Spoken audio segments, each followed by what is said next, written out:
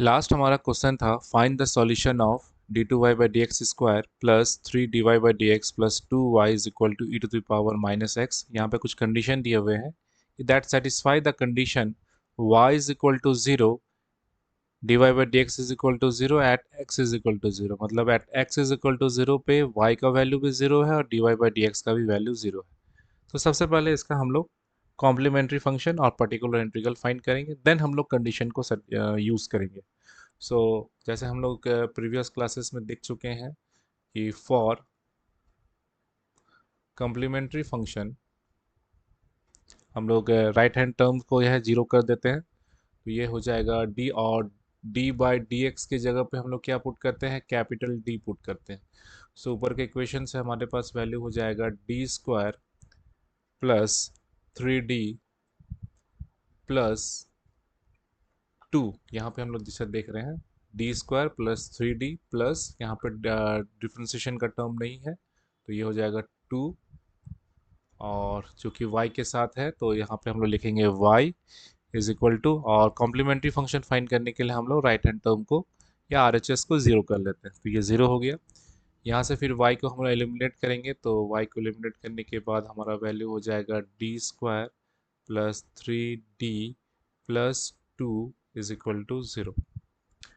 Now इसका auxiliary equation हम लोग जानते हैं कि ऑक्सिलरी इक्वेशन फाइंड करने के लिए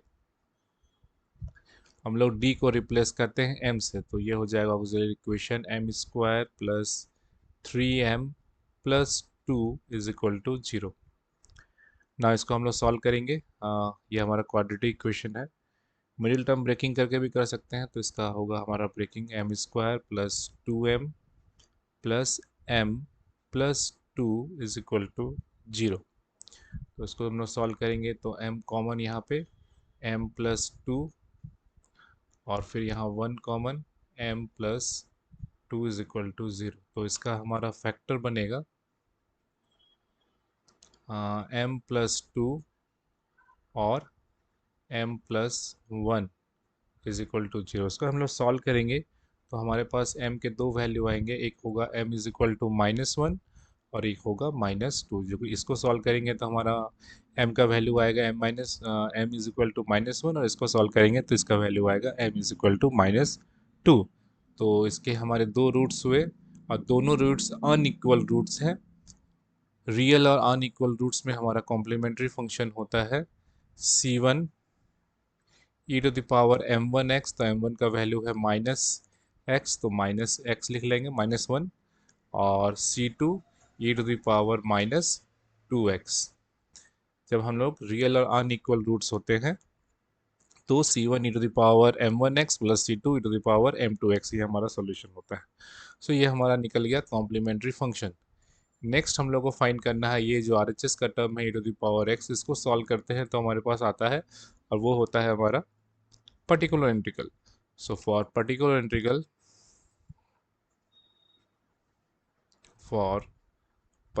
इंटीग्रल हमारे पास लिख सकते हैं हम लोग one by f d e to the power minus x.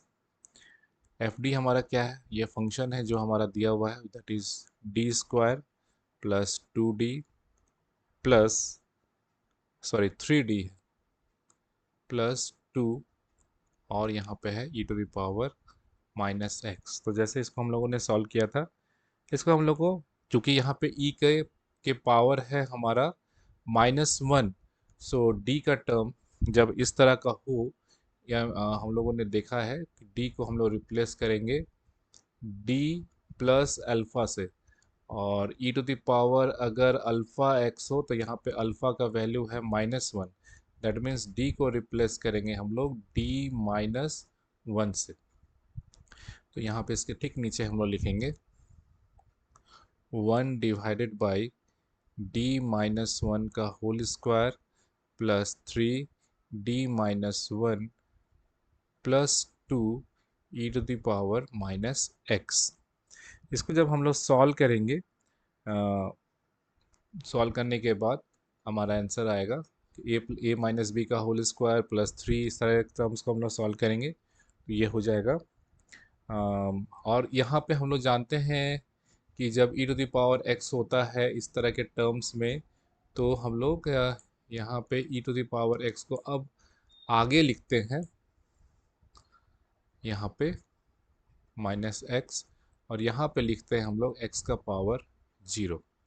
सो इसको सॉल्व करेंगे तो हमारे पास आएगा d² -2d +1 +3d -3 +2 x का पावर 0। अब इसको सॉल्व कर लेते हैं तो 3d 1 सारे सॉल्व करने के बाद, सारे कैंसिल हो जाने के बाद हमारे पास बचेंगे टर्म, यहाँ पे टू द पावर -x रहेगा। So e to the power -x नीचे में हो जाएगा d² है 2d और +3d, ये हो जाएगा d +1 है यहाँ पे, उसके बाद यहाँ -3 है और +2 है, तो 2 + 1 3, 3 - 3 0, तो ये 0 हो गया, x का पावर 0। फिर आगे आते हैं, इसको सॉल्व करना है हम लोग को, तो ये हो जाएगा e का पावर -x। इसके बाद हम लोग यहाँ पे d कॉमन लेंगे, क्योंकि हम लोग को बाइनोमियल एक्सपेंशन में इसको ब्रेक करना है, तो d +1 हो गया, यहाँ फिर x का पावर 0 लिखेंगे। सो ये फिर ये हो जाएगा e का पावर -x, 1/d को रहने देते हैं, 1/d दैट मीन्स इंटीग्रेशन, और 1 + d, ये जो टर्म है 1 + d, इसको हम लोग ऊपर लेके चलते हैं, तो ये हो जाएगा 1 + d का होल का पावर -1 x का पावर 0। अब ये बाइनोमियल थ्योरम है, इसको हमको एक्सपेंड करना है, हम लोग बाइनोमियल थ्योरम जानते हैं। बाइनोमियल थ्योरम क्या होता है, यहाँ पे लिखते हैं 1 + x का पावर n, इसका बाइनोमियल थ्योरम होता है 1 + nx +n × n-1 divided by factorial 2 x²। इस तरह से आगे के टर्म होते हैं, क्योंकि अब ज़्यादा टर्म्स का हमको ज़रूरत नहीं है। यहाँ पे अगर हम लोग देखें तो n का वैल्यू है हमारे पास -1, और x के जगह पे क्या है, d है, बस वैल्यू हम लोग को सब्स्टिट्यूट कर देना है, पुट करके सॉल्व करना है। तो हम लोग यहाँ पे आते हैं, e का पावर -x 1/d, इसके बाद 1 n के साथ मल्टीप्लाई होगा तो n-1 है तो -d, n × n-1 plus divide by factorial 2, इसका वैल्यू आएगा 1, और सॉल्व करके देख लेना है, और x² है इसलिए d², ठीक है, प्लस डॉट डॉट डॉट, क्योंकि x का पावर 0 है तो ऑब्वियसली इसका second order first order derivative ही 0 हो जाएगा, तो सेकेंड ऑर्डर डेरिवेटिव लिखने का जरूरत नहीं है बाकी। अब इसका हम लोग सॉल्व करते हैं, सो e का पावर -x 1/d, अब ये x² दैट मीन्स x का पावर 0 दैट मीन्स 1, 1 को 1 के साथ मल्टीप्लाई करेंगे तो 1 आएगा, फिर डेरिवेटिव लेंगे तो ऑब्वियसली 0 आना शुरू हो जाएगा, तो ये सब बाकी टर्म तो सब 0 ही आएंगे, तो ये हो गया 1। 1 का मतलब 1 का अगर हम लोग इंटीग्रेशन करते हैं तो क्या आता है, x आता है। हम लोग जानते हैं कि अगर इस तरह से अगर इंटीग्रेशन हो, क्योंकि यहाँ पे 1 हिडन रहता है, तो इसका इंटीग्रेशन हमारा क्या होता है, x होता है। तो यहाँ पर भी वही चीज़ हम लोग यहाँ पे फॉलो करेंगे, तो यहाँ पे हो जाएगा हमारा e का पावर -x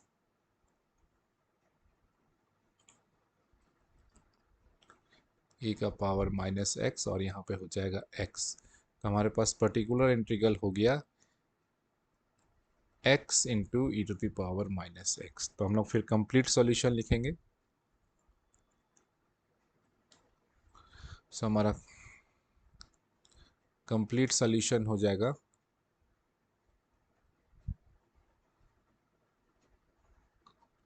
ये होता है हमारा कॉम्प्लीमेंट्री फंक्शन, अच्छा sorry, y = complementary function plus particular integral. तो कॉम्प्लीमेंट्री फंक्शन हमारा यहाँ पे है जो हम लोगों ने शुरू में फाइंड किया था, c1 e⁻⁻x plus c2 e⁻−2x, और पर्टिकुलर इंटीग्रल हम लोगों ने फाइंड किया है x e⁻−x, तो ये हमारा y का वैल्यू। इसको हम लोग मान लेते हैं इक्वेशन नंबर 1, क्योंकि यहाँ पे हमारा सोल्यूशन हुआ नहीं है। ये हमारा, क्योंकि कंडीशन हमारे दिए हुए हैं।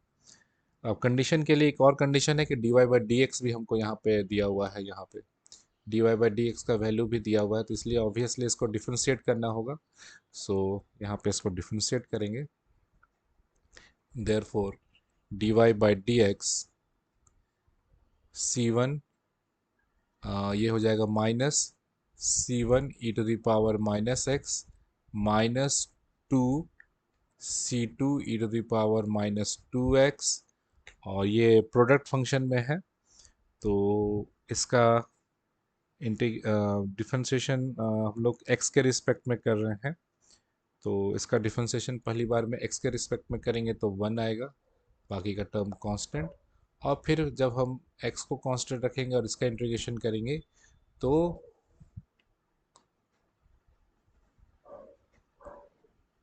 ये आएगा minus e to the power minus x. ठीक है, ये हमारा हो गया d y by d x. अब कंडीशन दिया हुआ है कि d y by d x का वैल्यू y पे 0 है और x पे भी 0 है। तो सबसे पहले तो since d y by d x is equal to 0 at x is equal to 0, ये दिया हुआ है, तो क्या हो जाएगा हमारे पास, ये 0 हो गया। माइनस सी वन ई का पावर 0 दैट मीन्स 1, फिर माइनस सी टू ई का पावर 0 दैट मीन्स 1, फिर ई का पावर 0 दैट मीन्स 1, और ये तो x 0 है तो ऑब्वियसली ये 0 हो जाएगा। तो यहाँ से हम लोग जब सॉल्व कर रहे हैं तो सॉल्यूशन आ जाएगा हमारे पास minus c one minus two c two, और प्लस 1 को उधर लेके जाएंगे तो माइनस 1, सबसे माइनस कॉमन ले लेंगे, कैंसिल कर देंगे। C one plus two c two is equal to 1, इसको मान लेते हैं equation number 1। Sorry, equation number 1 हम लोग मान चुके हैं, तो ये हो जाएगा हमारा इक्वेशन नंबर 2। ये हो जाएगा इक्वेशन नंबर 2। नेक्स्ट एक दिया हुआ है y is equal to 0 since y is equal to 0 at x is equal to 0। तो फ्रॉम इक्वेशन 1 यूज करेंगे। इक्वेशन 1 हमारा कहाँ पे है, ये है हमारा इक्वेशन 1। तो y का 0 दैट मीन्स RHS का टर्म मेरा 0, यहाँ पे हो जाएगा C1 ई का पावर 0 1 प्लस C2 ई का पावर 0 दैट मीन्स 1। उसके बाद ये टर्म तो हमारा 0 ही हो जाएगा क्योंकि वहाँ पे x का टर्म है। तो यहाँ से हमारा निकला C1 plus c two is equal to 0, equation number 3। अब इक्वेशन नंबर 2 और 3 को सॉल्व करके हमको फाइंड करना है C1 और C2 का वैल्यू, कांस्टेंट का वैल्यू। इस तरह के जब भी बाउंड्री कंडीशन दिए हुए रहते हैं या इनिशियल कंडीशन दिए हुए रहते हैं, इसका मतलब ये होता है कि कांस्टेंट का वैल्यू हमको फाइंड करना। तो इस दोनों को सॉल्व करेंगे, obviously equation number 2 minus obviously C1 को कैंसिल करते हैं, सो 2 माइनस 1 कर रहे हैं, so 2 minus 1 that means C1 plus 2 C2 is equal to 1, और ये है हमारा C1 plus C2 is equal to 0। Subtract कर रहे हैं तो सब्ट्रैक्ट करने पे माइनस, यहाँ पे माइनस, तो ये C1 cancel, C2 minus c two is equal to हो जाएगा C2, 1 minus 0 is equal to 1, तो C2 का वैल्यू आ गया हमारे पास 1। So therefore from equation 1, sorry equation 3 use करते हैं। इक्वेशन 3 से C1 का वैल्यू हो जाएगा minus of C2, that means C1 का वैल्यू हो गया -1। अब हमारा जो सॉल्यूशन है इक्वेशन 1, उसमें ये जो हमारा इक्वेशन 1 का सॉल्यूशन है, यहाँ पे C1 के जगह पे हम लोग पुट करेंगे -1 और C2 की जगह पे पुट करेंगे 1। सो हमारा सॉल्यूशन हो जाएगा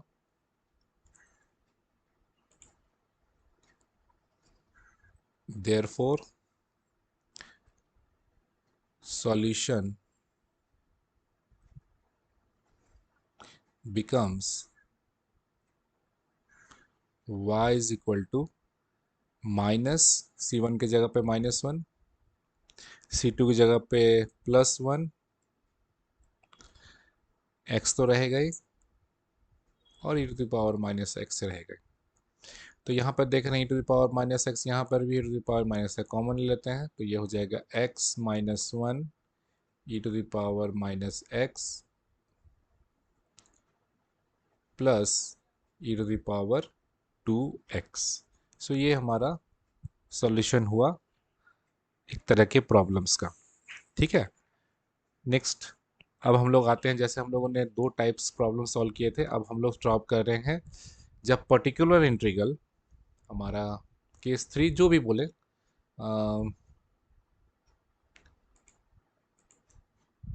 व्हेन केस जो भी नाम ले लें, व्हेन पर्टिकुलर इंटीग्रल, मतलब पर्टिकुलर इंटीग्रल नहीं बोलते हैं, आरएचएस कहते हैं।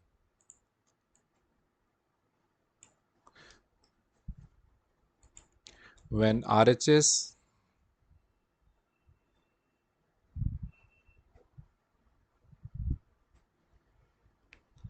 contains trigonometrical term,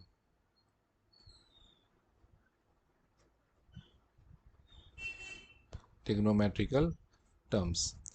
तो प्रॉब्लम से ज़्यादा समझेंगे। सो हमारा पहला प्रॉब्लम है d cube y plus d x cube plus d two y d x square minus d y by d x minus y is equal to cos 2x। तो हम लोग देख रहे हैं कि हमारा जो राइट हैंड टर्म है वहाँ पे कॉस का टर्म है। ठीक है, तो इसमें हम लोग कैसे सॉल्व करेंगे, तो कॉम्प्लीमेंट्री फंक्शन फाइंड करने का प्रोसेस तो सेम रहेगा, सिर्फ हम लोग को पर्टिकुलर इंटीग्रल में ध्यान देना है। तो फॉर कॉम्प्लीमेंट्री फंक्शन हम लोग डी को यूज़ करेंगे, तो d cube plus d square minus d minus 1 into y, right hand term zero करेंगे तो ये जीरो हो गया। अब इसका हमारा ऑक्सिलरी इक्वेशन हो जाएगा, auxiliary equation m cube plus m square minus m minus 1 is equal to zero. अब ये एक क्यूबिक इक्वेशन है और इस क्यूबिक इक्वेशन को हम लोग को सॉल्व करना है। तो सिंपल, ये तो इजी है इसको सॉल्व करना है, क्योंकि इसमें अगर हम लोग एम स्क्वायर कॉमन ले तो यहाँ पे हो जाएगा एम प्लस 1, और यहाँ पे -1 कॉमन ले तो ये हो जाएगा m plus 1 is equal to zero. तो यहाँ से हमारा हो जाएगा एम प्लस 1 कॉमन, और ये हो जाएगा m square minus 1 is equal to zero. तो यहाँ से दो टर्म हो रहे हैं, एक आइदर करते हैं, पूरे डिटेल्स में हम लोग देखने जा रहे हैं। M plus 1 is equal to zero, तो यहाँ से एम का वैल्यू हो जाएगा -1, और दूसरा हमारा है m square minus 1 is equal to zero, that means m square is equal to +1। That means m के हमारे दो वैल्यूज आएंगे +-1 जब इस तरह का रहते हैं, मतलब चूंकि हम लोग यहाँ पे m का वैल्यू निकालने जा रहे हैं, तो m इज इक्वल टू होता है यहाँ पे +-√1। √1 तो 1 ही होगा, लेकिन प्लस माइनस के चलते यहाँ दो वैल्यूज हो गए। सो दैट मीन्स हमारे टोटल तीन वैल्यू, क्यूबी इक्वेशन है, तीन सॉल्यूशन होगा। क्वाड्रेटिक इक्वेशन दैट मीन्स दो इक्वेशन, दो वैल्यू। तो यहाँ पे हमारे m के वैल्यू हो गए +1, -1 और -1। तो -1 के दो वैल्यूज़ हैं। तो हम लोग जानते हैं कि एक तो रियल एंड अनइक्वल रूट्स तो है ही, साथ में रियल और इक्वल रूट्स भी हैं। तो उस केस में हम लोगों का कॉम्प्लीमेंट्री फंक्शन होता है जब दो फंक्शन दोनों का वैल्यू सेम है, तो उस केस में हम लोग लिखते हैं C1 प्लस C2x। ये हम लोग सब सॉल्व कर चुके हैं इस लेक्चर के वीडियो नंबर 1 में, लीनियर डिफरेंशियल इक्वेशन के लेक्चर नंबर 1 में सारी डिटेल्स बताए हुए हैं। तो C1 प्लस C2x, और जो हमारा रिपीट हो रहा है उसको लिखेंगे। तो रिपीट में हमारे पास हो रहा है यहाँ पे e⁻−x, मतलब -m1x, और बाकी जो टर्म रह गया उसके लिए हम लिखेंगे c3 e⁻x m3। ठीक है, ये हो गया हमारा कॉम्प्लीमेंट्री फंक्शन। तो कॉम्प्लीमेंट्री फंक्शन फाइंड करना तो काफ़ी इजी था। अब हम लोग आते हैं इसका पर्टिकुलर इंटीग्रल फाइंड करने के लिए, जो इम्पोर्टेंट है हमारे लिए। तो सबसे पहले हम लोग फाइंड करने जा रहे हैं इसका particular integral.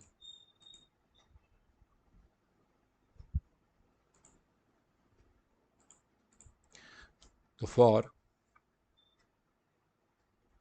Particular integral same process है, थोड़ा सा चेंजेस है। 1/fd तो लिखेंगे ही, और राइट हैंड टर्म में हमारा क्या है, cos 2x। ओके, तो हमारा फॉर्मूला कहता है कि cos mx या sin mx का टर्म हो, अभी m कुछ भी हो सकता है, प्लस भी माइनस भी कुछ भी हो सकता है, तो उस केस में हम लोग कुछ रिप्लेसमेंट करते हैं d² के टर्म को d के टर्म को यहाँ पे। तो सबसे पहले तो हम लोग टर्म को लिख लें।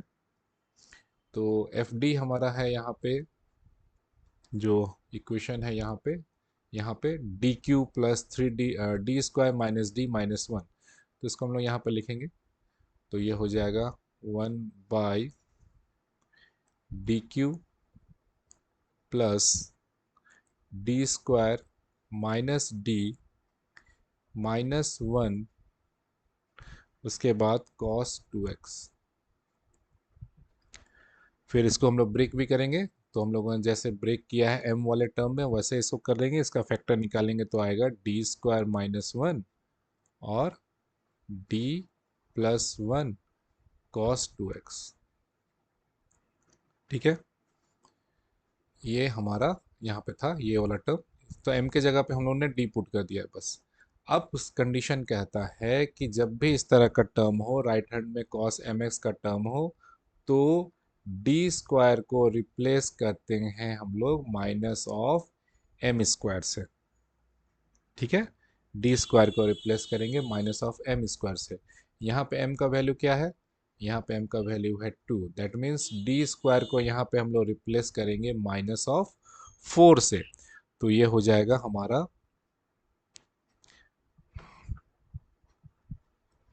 1/d+1 को लिख लेते हैं, और d² को रिप्लेस किए हम लोग -4 -1, और फिर यहाँ पे लिखेंगे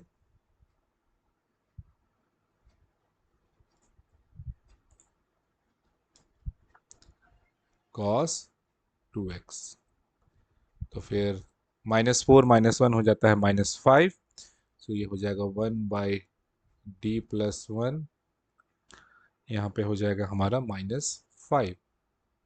और ये प्रोसेस तब तक करना है जब तक नीचे से d का टर्म हट ना जाए।